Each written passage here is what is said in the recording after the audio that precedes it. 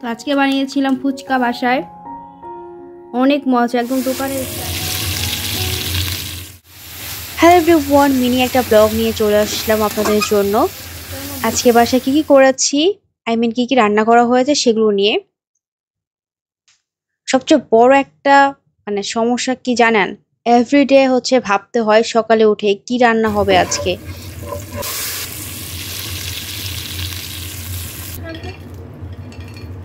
কি গাজর কি একটু পরে দিবা?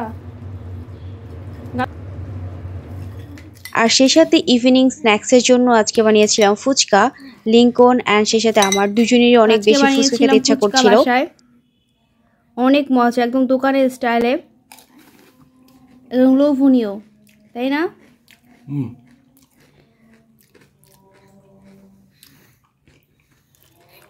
এখানে আছে কতগুলো, এখানে একটু ফুচকার পুর,